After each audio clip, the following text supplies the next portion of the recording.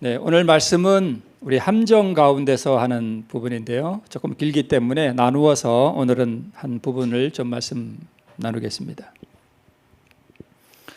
오늘 이 함정 가운데서 하는 것은 우리 지난 시간에 그 예수님께서 초막절에 참석하신 그 내용을 우리 함께 나누었죠. 그래서 성전에서 우리 예수님께서 누구든지 목마른 자는 내게로 와서 마시라 했던 그 내용, 그는 이제 명절 끝날에 있었던 일이고, 성전에서 예수님께서 가르치실 때에 있었던 사건을 우리 함께 나눠보도록 하겠습니다. 우리 본문의 말씀이 좀 긴데요, 제가 읽겠습니다. 여러분 눈으로 한번 따라 읽어보시겠습니다. 유대인들이 기이 여겨 가로되 이 사람은 배우지 아니하였거늘 어떻게 그를 아느냐 하니, 예수께서 대답하여 가라사대 내 교훈은 내 것이 아니요 나를 보내신 이의 것이니라. 사람이 하나님의 뜻을 행하려 하면 이 교훈이 하나님께로서 왔는지 내가 스스로 말함인지 알리라. 스스로 말을 하는 자는 자기 영광만 구하되 보내신 이의 영광을 구하는 자는 참되니 그 속에 불의가 없느니라. 모세가 너희에게 율법을 주지 아니하였느냐? 너희 중에 율법을 지키는 자가 없도다. 너희가 어찌하여 나를 죽이려 하느냐? 무리가 대답하되 당신은 귀신이 들렸도다. 누가 당신을 죽이려 하나이까? 예수께서 대답하여 가라사대 내가 한 가지 일을 행하며 너희가 다 이를 인하여 괴이히 여기는도다. 모세가 너희에게 할례를 주었으니 그러나 할례는 모세에게서 난 것이 아니요 조상들에게서 난 것이라. 그러므로 너희가 안식일에도 사람에게 할례를 주느니라. 예루살렘 사람 중에 혹이 말하되 이는 저희가 죽이고자 하는 그 사람이 아니냐. 보라 드러나게 말하되 저희가 아무 말도 아니하는도다. 당국자들은 이 사람을 참으로 그리스도인 줄 알았는가. 그러나 우리는 이 사람이 어디서 왔는지 아노라. 그리스도께서 오실 때는 어디서 오시는지 아는 자가 없으리라 하는지라. 예수께서 이르시되 내가 너희와 함께 조금 더 있다가 나를 보내신 이에게로 돌아가겠노라. 너희가 나를 찾아도 만나지 못할 터이요 나 있는 곳에 오지도 못하리라 하신대. 이에 유대인들이 서로 묻되 이 사람이 어디로 가기에 우리가 저를 만나지 못하리요? 헬라인 중에 흩어져 사는 자들에게로 가서 헬라인을 가르칠 터인가? 나를 찾아도 만나지 못할 터이니 나 있는 곳에 오지도 못하리라 한 이 말이 무슨 말이냐 하니라. 네, 상당히 길었죠. 우리 지난 시간에 이 그림 봤던 기억이 있으시죠? 이렇게 성전에 사람들이 아주 많이 초막절을 지키기 위해 모였을 때 예수님께서 첫날부터 마지막 끝날까지 8일 동안 성전에서 백성들을 가르쳤습니다. 언제나 그렇듯이 이때도 정탐꾼들이 예수님을 쫓아다니면서 그분을 침묵시키려는 그런 음모를 꾸몄습니다. 예수님이 성전에서 이렇게 가르치실 때에 백성들이 많이 거기 모여들어서 예수님의 말씀을 들었습니다. 예수님이 이제 절기에 참석하신 첫날에 이렇게 백성들을 가르치고 계실 때에 오늘 본문에 나오죠. 무슨 권세로 네가 무슨 권세로 이렇게 말씀을 가르치느냐라고 관원들이, 제사장들이 와서 묻습니다. 네가 이렇게 무슨 권세로 가르치느냐? 네가 랍비도 아니고 네가 우리에게 배운 바도 아닌데 무슨 권세로 하느냐라고 물었습니다.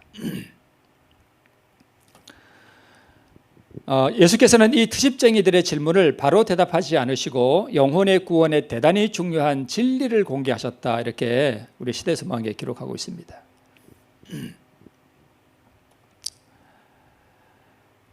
그러니까 무슨 권세로 가르치느냐에 대한 예수님의 대답이 이것입니다. 내 교훈은 내 것이 아니요 나를 보내신 이의 것이라. 사람이 하나님의 뜻을 행하려면 이 교훈이 하나님께로서 왔는지 내가 스스로 말함인지 뭐하리라?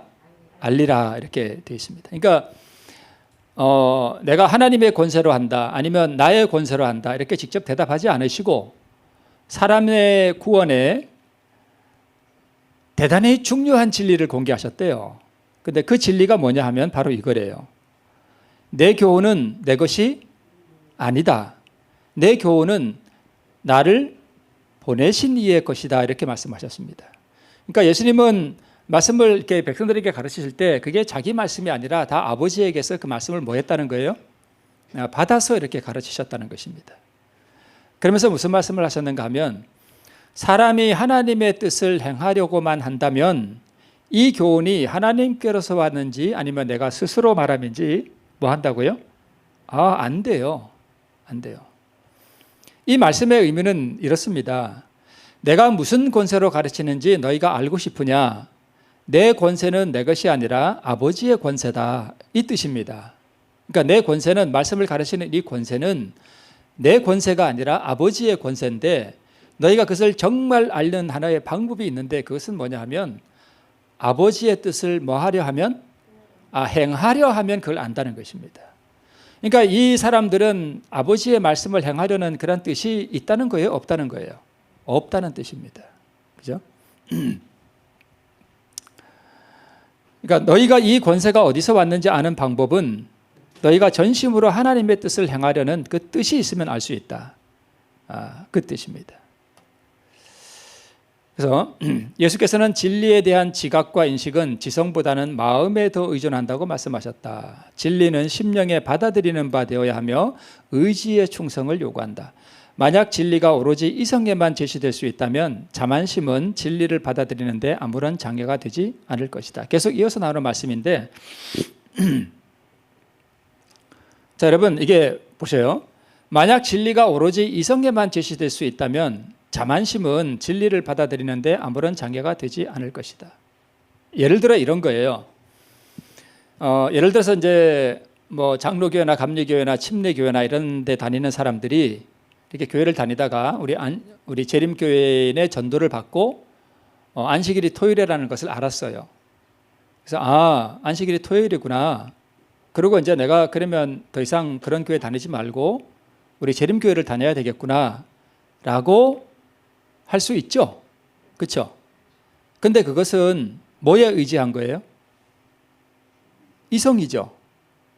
자기가 판단하는 거죠. 성경 말씀을 배워서 그렇구나. 토요일이 일요일이 아니구나. 안식일이 일요일이 아니구나. 안식일은 토요일이구나 하고 이성적으로 뭐 할 수 있어요? 판단할 수 있어요. 그래서 우리 재림교회 다닐 수 있습니다. 그러면 우리는 침례를 받고 그렇죠? 그럼 우리는 막 물론 대단한 것이죠. 그죠? 그러나 그렇게 하면서도 뭐는 안 부릴 수 있다는 거예요? 여기 보니까 뭐가요? 자만심. 우리가 뭐 다른 교회 안 다니더라도 처음에 이 재림교회를 다녔다 할지라도 똑같이 여기 와서 배우면서 뭐 하늘 성수도 배우고 뭐 다 우리 진리를 다 배우고 건강 기별도 다 배웠지만 뭐는 안 버릴 수 있어요? 자만심은 안 버릴 수 있어요. 이게 그런 뜻입니다. 그러니까 우리가 진리를 배우고 하나님의 뜻을 알고 하나님의 권세를 배우는 데 있어서 이성만 작용하면 안 된다는 것입니다. 그렇죠? 만약 그렇게만 한다면 그 진리를 받아들이는 데 있어서 자만심은 아무런 장애가 되지 않을 것이다. 그러니까 진리를 받아들이려면 진짜 그리스도인이 되려면 무슨 변화가 있어야 된다는 거예요? 심령의 마음의 변화가 있어야 된다는 거예요. 그런 뜻입니다. 계속해서 이렇게 말씀하고 있죠. 그러나 진리는 마음에서의 은혜의 역사를 통하여 받아들여져야 된다. 이런 뜻입니다.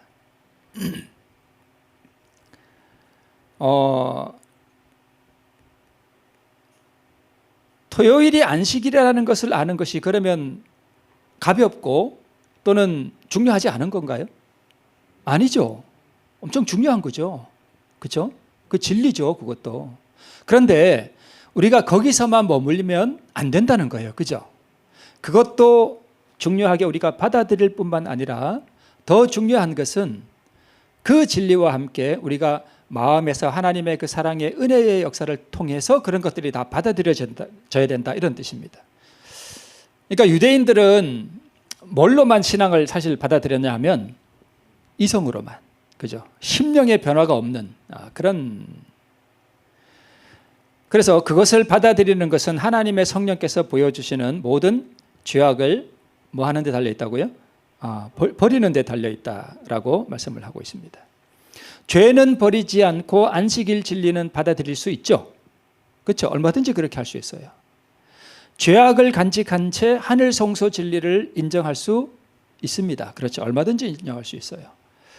죄를 포기하지 않고 얼마든지 교회는 다닐 수 있습니다. 그래서 진리가 나를 자유케 하는 것은 그것을 한 걸음 더 나가서 죄악을 버리는 데 달려 있는데 그 죄가 곧 우리의 자아입니다. 그죠? 거기까지 말하는 것입니다. 그러니까 예수님께서 말씀하신 요지는 바로 그런 것입니다. 아무리 큰 진리의 지식을 받아들인다 할지라도 그가 마음 문을 열어서 진리를 받아들이고 진리의 원칙에 반대되는 모든 습관과 행동을 양심적으로 벗어버리지 않는 한 그것은 그에게 아무런 유익도 되지 않음이 밝혀질 것이다. 자, 보셔요. 안식일이 토요일이다.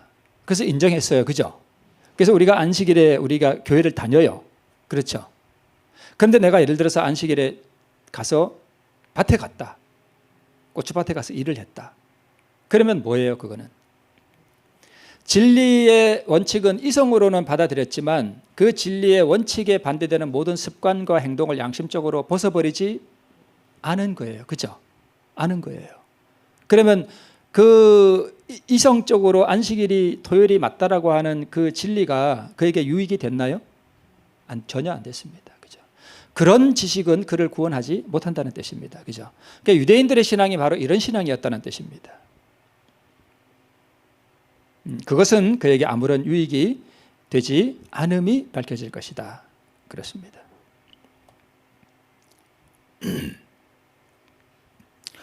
그래서 자신을 하나님께 바치고 정직한 마음으로 그의 뜻을 알고 행하기를 바라는 자들에게 진리는 그들을 구원하는 하나님의 능력으로 나타날 것이다. 이 사람들은 하나님을 위하여 말하는 자와 자신만을 위하여 말하는 자를 뭐 할 수 있다?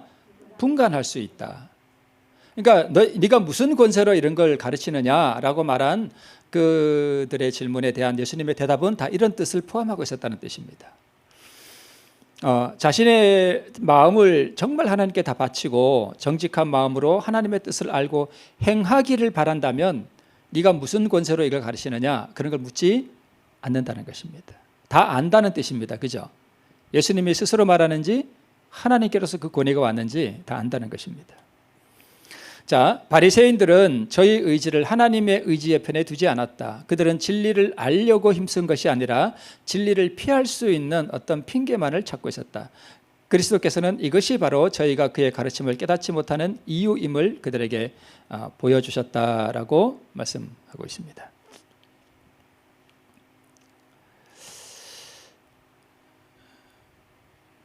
이게 왜 자꾸 이렇게 다 깨졌지? 네. 자, 무슨 권세로 가르치느냐에 대한 예수님의 대답, 다시 처음으로 돌아가서 보면 내 교훈은 내 것이 아니요 나를 보내신 이의 것이라. 사람이 하나님의 뜻을 행하려고만 한다면 안다는 뜻이에요. 그죠? 충분히 안다는 뜻입니다. 네.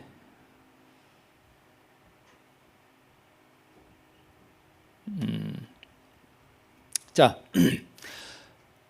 모세가 너희에게 율법을 주지 아니하였느냐? 너희 중에 율법을 지키는 자가 없도다. 너희가 어찌하여 나를 죽이려 하느냐라고 예수님께서 말씀하셨습니다. 이 말씀을 하셨을 때 잠시 동안 그 유대인들은 공포에 휩싸였습니다. 자기들이 누구와 싸우고 있는지 순간 깨달았어요.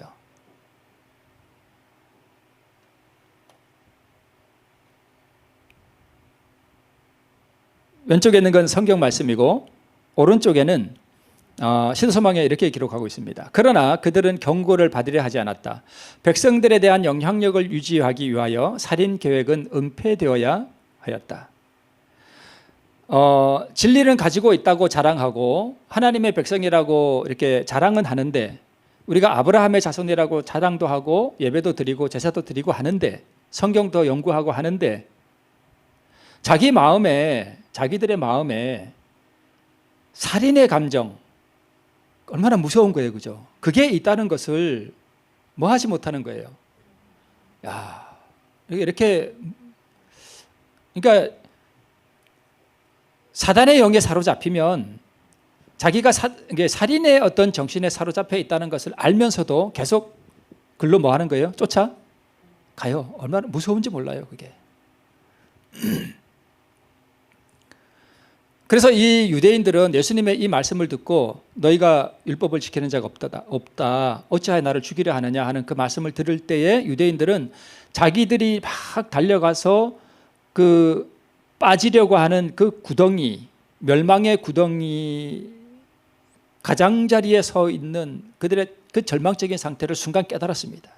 그래서 그들이 떨었어요.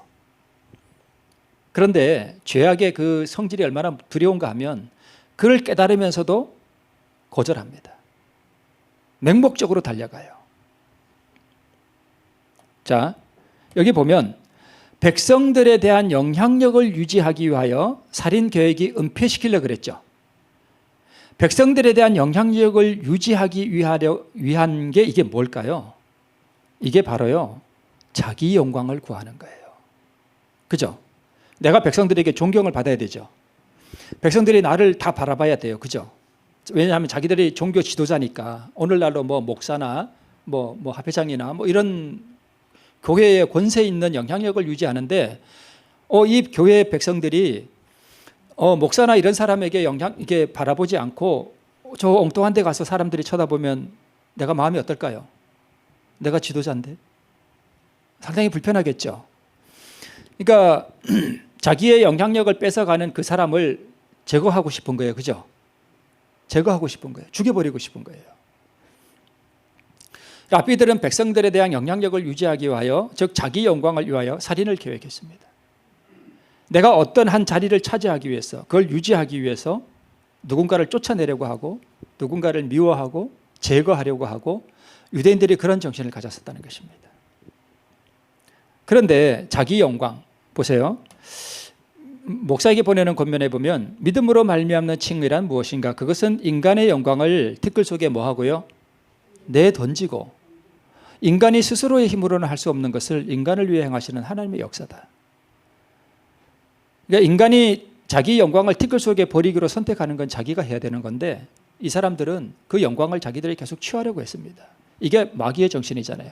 내가 하늘에 올라 하나님의 뭇별 위에 나의 보좌를 높이리라.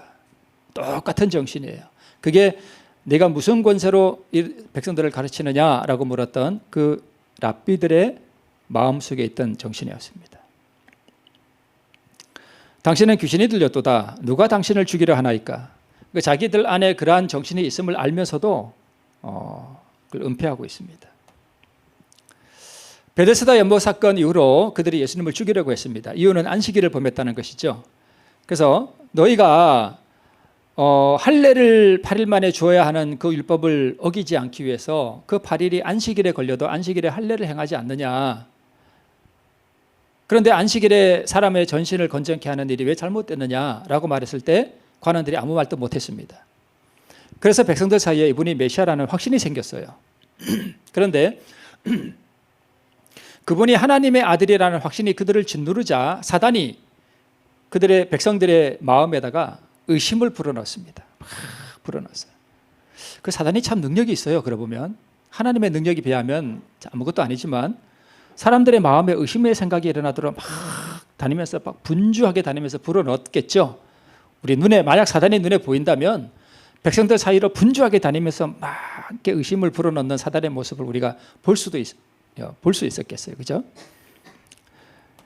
무슨 의심을 넣는가 하면 메시아와 초림에 대한 백성들의 그릇된 생각이 있었는데 그게 뭐냐 하면 오늘 본문에도 나오는데 그리스도께서 베들레헴에서 탄생하실 것이라는 것을 백성들이 알고 있었어요.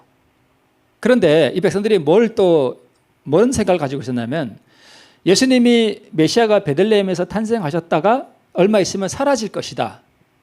그리고 두 번째 다시 나타날 때는 그때는 어디서 오는지 아무도 모를 것이다 라고 하는 참 이상한 그런 어떤 생각들을 다 가지고 있었어요. 그런데 우리는 이 사람이 어디서 왔는지 뭐 한대요? 안 돼요. 그러면 이 사람이 메시아예요? 아니에요. 아닌 거예요. 왜요? 이 사람은 어디서 왔으니까? 베들레헴에서 났지만 이 사람은 나사렛에서 왔죠. 근데 사라져야 되는데 사라지지 않았죠. 하여튼 그런 이유 때문에 이 사람은 메시아가 아니라고 하는 그런 의심을 마귀가 이렇게 막 회중을 다니면서 불어넣었던 것을 볼 수 있습니다. 그럼에도 불구하고 백성들 가운데서 예수의 메시아 주심을 믿는 이가 많았습니다. 그래서 예수님을 체포하려고 했죠. 자, 메시아의 오심에 대한 잘못된 성경 해석을 그들이 어떻게 하고 있었는가 하면, 자, 이사야 24장 23절에 이런 말씀이 있습니다. 그때 달이 무색하고 해가 부끄러워하리니 이는 만군의 여호와께서 시온산과 예루살렘에서 왕이 되시고 그 장로들 앞에서 뭘 나타낸다고요? 영광을 나타낼 것입니다. 그러니까 이 말씀을 유대인들이 구약을 연구하면서 예수님께서 메시아가 이제 오시면 시온산과 예루살렘에서 뭐가 되시고? 왕이 되시고. 그러니까 이 구약을 이렇게 해석하니까 제자들도 예수님이 자꾸 뭘 되길 바란 거예요. 왕 되길 바란 거예요. 근데 예수님이 왕 될 생각이 없는 거예요. 그러니까 자꾸 이상한 엉뚱한 얘기하고 그러는 거예요. 그 장로들 앞에서 영광을 나타낼 것입니다. 이런 말씀이 여기 있습니다. 자, 그런데 여러분, 이게 무슨 말씀인가 하면 이 앞에 구절도 봐야 돼요. 이 앞에는 이렇게 되어 있습니다. 앞에서부터 볼게요. 땅이 깨어지고 깨어지며 땅이 갈라지고 땅이 흔들리고 흔들리며 땅이 취한 자같이 비틀비틀하며 침만같이 흔들리며 그 위에 죄악이 중함으로 떨어지고 다시 일지 못하리라. 그날에 여호와께서 높은 데서 높은 군대를 벌하시며 땅에서 땅의 왕들을 벌하시리니 그들이 죄수가 깊은 옥에 모임같이 모험을 입고 옥에 갇혔다가 여러 날 후에 형벌을 받을 것이라. 그때에 달이 무색하고 해가 부끄러워하리니 이는 만군의 여호와께서 시온산과 예루살렘에서 왕이 되시고 그 장로들 앞에서 영광을 나타내실 것입니다. 아까 이사야 읽었던 말씀이죠. 근데 앞에 구절을 보면 이게 언제적 얘기냐 하면 예수님이 재림하실 때는 예수님의 발이 땅에 안 닿죠. 그죠? 앞으로 마귀가 자기 모습을 나타내요. 마귀가 정말 휘황찬란하고 영광스러운 모습으로 마귀가 자기 모습을 나타내요. 많은 사람들이 그 루스벨 마귀를 보고 너무 황홀하고 영광스러운 모습으로 자기를 드러내니까 메시아가 오셨다고 난리가 납니다. 이 지구가. 근데 그 마귀는 발이 땅에 닿아요, 안 닿아요? 닿아요. 메시아가 나타나는데 발이 땅에 닿았다. 그럼 메시아예요? 예수님이에요? 아니에요? 아니에요. 여러분 절대 속으시면 안 됩니다. 우리가 볼지도 몰라요. 재림 예수님은 발이 땅에 닿지 않습니다. 공중에 재림하셔요. 구름을 타고 재림하셔서 이 땅에 내려오지 않습니다. 구름에 재림하셔서 의인들을 깨워요. 그래서 의인들이 구름 속으로 끌어올려져요. 그리고 올라가셔요, 하늘로. 그죠? 예수님의 발이 땅에 닿지 않습니다. 언제는요? 재림 때는 안 닿아요. 많은 사람들이 속을 거예요. 예수님 오셨다고. 근데 그 예수님은 마귀예요. 땅에 걸어 다녀요. 그건 메시아가 아니에요. 재림 예수님이 아니에요. 그러면 이 얘기는 무슨 얘기냐 하면 구원받은 사람들이 하늘 예루살렘에 가서 천년기를 보내요. 그죠? 그래서 그 천년기 때 뭘 하냐면 구원받지 못한 사람들에 대한 심판을 행해요. 우리 교회의 아무개 장로님이 아니면 아무개 목사가 또는 아무개 집사가 교회 열심히 잘 다녔는데 하늘나라 못 왔네. 왜 못 왔지? 그때 다 기록책을 펴놓고 그들이 무슨 죄를 행했으며 어떻게 용서받지 못했는지 다 그 기록들을 보게 됩니다. 그래야 일말의 의심도 없게 돼요.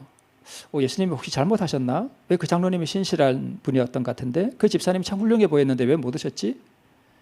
그 모든 의심이 한 점의 의심도 없어야 돼요. 그래서 다 그걸 보게 됩니다. 그 천년기가 다 차고 나면 예수님이 세 번째 이 땅에 오시죠. 삼림이라 그래요.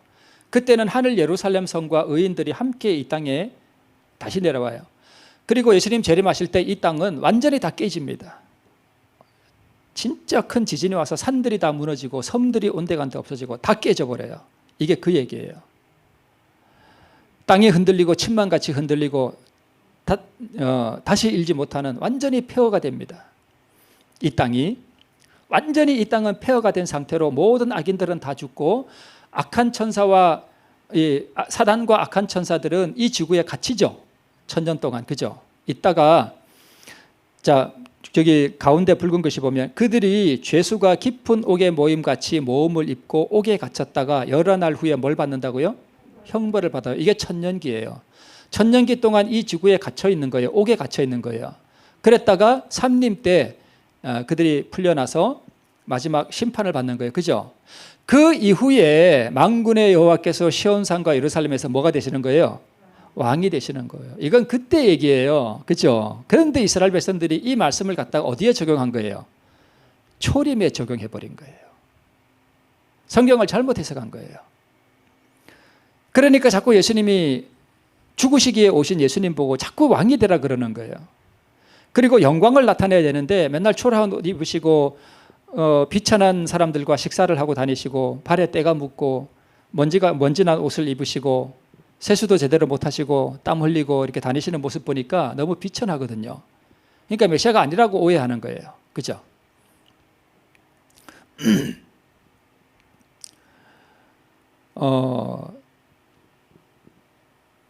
그 하늘 예루살렘 성이 이 땅에 내려올 때 그 성이 엄청 커요. 예, 뭐 그런 얘기는 나중에 우리 또 기회 되면 하고. 자, 저가 바다에서부터 바다까지와 강에서부터 땅 끝까지 다스리니 하는 이야기는 이것도 사실은 지금도 우리 하나님의 통치가 이 땅에 역사하지만 이것도 사실은 우리 삼림 후에 진정한 통치가 시작되는 것이죠. 자, 그래서 오늘 그 함정 가운데서 우리 시대소망 제50장에 보면 이런 말씀이 계속 나옵니다. 믿음에 대한 하나님의 계획. 하나님께서는 사람들에게 저희 불신을 버리도록 뭐 하지 않으셔요? 강요하지 않으셔요.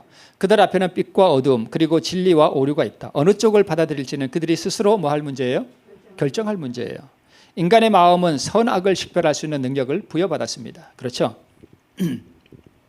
이어서 하나님께서는 사람들이 일시적 충동에 의하여 결정하지 않고 성경절들을 조심성 있게 대조해보고 그 증거의 무게를 따라 결정하도록 계획하셨다. 우리 안식일 문제도 그렇죠. 그 개신교인들이 주로 하는 얘기가 뭐냐면 안식일이 토요일입니다. 그러면 일요일 아닙니다. 그러면 누가 그러는데? 우리 목사님이 그러는데요. 안식일이 토요일 이단이래요.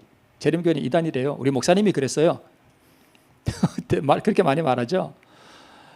자, 보세요. 여기 한번 보세요.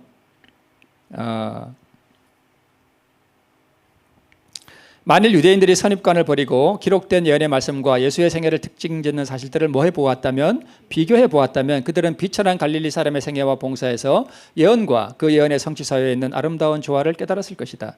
그러니까 그 당시 유대 백성들이 성경 해석을 그렇게 잘못 해석하지 않고 절과 절들을 비교해보고 성경을 깊이 그렇게 알고 그 연구한 성경과 예수님의 생애를 뭐 해보면, 비교해보면 이분이 메시아라는 사실을 뭐 했을 텐데? 깨달았을 텐데. 이어서 오늘날 많은 사람들은 유대인들처럼 속임을 당하고 있다. 종교적 지도자들은 자신들의 견해와 유전의 빛으로 성경을 읽으며 백성들은 스스로 성경을 연구하고 무엇이 진리인지를 스스로 판단하는 것이 아니라 그들의 판단을 버리고 자신의 영혼을 그들의 지도자들에게 맡긴다. 이렇게 되어 있습니다. 그러니까 제가 여기서 이렇게 설교를 하고 교회에서 말씀을 듣지만 그걸로 끝이면 된다 안 된다고요? 안 된다는 거예요. 그러니까 스스로 말씀을 비교해보고 그것이 진짜 그러한가 스스로 확증해 보라는 말씀입니다. 그래야 그 믿음이 누구께 된다는 거예요? 자기 것이 된다는 거예요. 우리 목사님이 그러는데요. 이것은 안 된다는 거예요. 그죠? 많은 교인들이 이렇게 자기의 믿음을 우리 목사님이 그러는데요 라고 하는데 거기에 자기 믿음을 놓고 있으면 무너지겠죠. 그죠? 네. 하나님의 말씀을 설교하고 가르치는 것은 하나님께서 빛을 퍼뜨리기 위하여 정하신 수단 가운데 하나이다. 그러나 우리들은 모든 사람들의 가르침을 성경 말씀으로 뭐 해야 한다? 시험해야 한다. 누구든지 순종할 수 있도록 진리를 알기 위해 기도하는 마음으로 성경을 연구하는 사람은 누구나 신적인 조명을 받게 될 것이다. 네, 이렇게 말씀하고 있습니다. 자, 이제 조금만 더 하고 마치겠습니다. 자, 절기의 마지막 날에 다 그 성전 안에서 있었던 일이에요. 절기의 마지막 날에 제사장과 당국자들이 자기 하속들을 보내면서 예수님을 잡아오라 그랬습니다. 그래서 이제 하속들이 예수님을 잡으러 이제 그 백성들을 가르치고 있는데 갔어요. 그래서 가서 이렇게 말씀을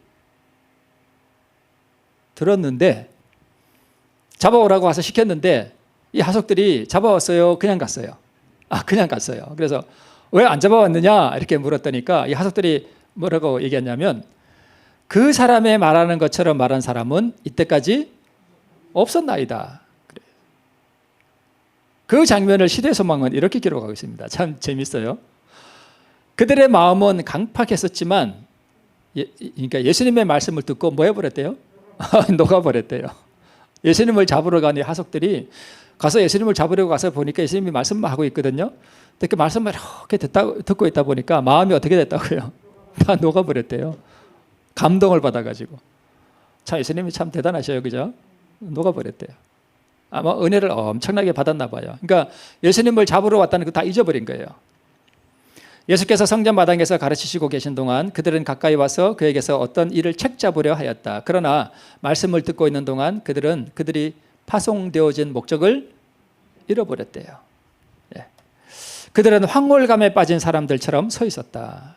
그리스도께서는 이 영혼들에게 당신 자신을 계시해 주셨습니다. 그들은 제사장들과 당국자들이 보려고 하지 않았던 것, 즉 신성의 영광으로 넘치는 인성을 보았대요. 당국자들은 못 보는 걸 누구는 본 거예요? 하속들, 즉 종들은 보았습니다.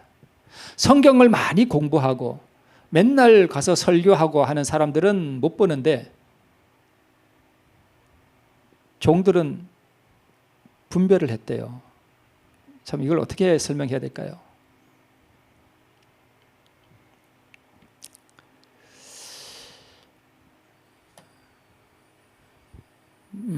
사람들은 그리스도 당시처럼 오늘날에도 진정한 경건을 좋아하지 않는다. 그들은 한결같이 세속적 이익을 추구하며 영원한 부를 등한히 한다.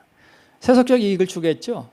관원들이, 그죠? 자기 영광을 위해서, 자기 영향력을 유지하기 위해서 살인을 계획하고 영원한 부를 등한히 했습니다. 이제 마지막 장면입니다. 이게 언제적 저거냐 하면 며칠 전에 6월 21일 작년 기도력, 우리 아침 예배 드리시죠? 그 작년 기도력에 이런 말씀이 있습니다. 그런데 사람들은 값진 것을 매일 싸게 팔아넘기고 있다. 예수님은 모든 사람에게 영생을 주신다. 그분은 십자가의 죽음이라는 무한한 값을 치르며 세상죄를 지셨고 죄와 죽음을 이기고 무덤에서 나오셨다. 죄로 물든 자신의 마음 대신 예수님의 죽음을 선택하는 사람은 누구든 영생을 선물로 받는다. 그런데도 대낮보다 밝은 곳에서 죄 없이 행복하게 영원히 살기보다 이 땅에서 70년을 지내다 끝나버릴 삶을 선택한다는 것은 납득하기 참 힘든 일이다. 이게 에서가 팥죽 한 그릇에 장자권을 파는 그걸 우리 기도력에서 말하면서 이게 있어요. 저도 이 말씀을 보면서 참, 그렇구나. 인생이 70이요. 좀 튼튼하면 몇 살 살아요? 80, 90 사는데 그 영원한 예루살렘에서 무한히 그 무한한 행복 가운데 영원히 살 수 있는데 그걸 선택 안 하고 뭘 선택한대요? 이 땅에서 그 고난에 찬 인생이 조금 그 이익되는 거 그거 얻으려고, 그죠? 그렇게 산다는 거예요. 바리새인과 당국자들이 그 조금 사는 그 세상의 백성들의 영향력을 유지하려고, 그 유지하면 그 뭐 한다고, 그죠? 그거 유지하려고 예수님을 뭐하러 그런 거예요? 죽이려고 그런 거예요. 그러다가 다 어디 들어간 거예요? 다 지옥 가는 거예요. 그죠? 다 지옥 가는 거예요. 한 말씀만 더 읽고 마칠게요. 그 가운데 보면 이런 말씀이 있죠. 죄로 물든 자신의 마음 대신 예수님의 죽음을 뭐 하는 사람은요? 선택하는 사람은. 그들이 그 영향력을 유지하기 위한 그 자기 영광을 구하는, 자기 유익을 위한 그것을 버리는 게 예수님의 죽음을 선택하는 거죠. 네, 그렇게 하면 누구든지 영생을 선물로 받는데요. 우리가 이 세상에 낙을 누리고 이 세상에 뭐 좀 구한다면 우리가 뭐 얼마나 더 구할 수 있어요, 그죠? 뭐 먹으면 얼마나 더 먹겠으며 우리가 누리면 또 얼마나 무엇을 더 누리겠습니까, 그죠? 자, 우리 이런 말씀들을 통해서 짧은 생애 땅에서 우리 구할 것보다 우리 영원한 보화, 우리 그 하늘에서 누릴 것들을 우리가 바라보며 그것을 추구하며 살아가는 우리 모두 되시기를 바라면서 오늘 말씀 마치겠습니다.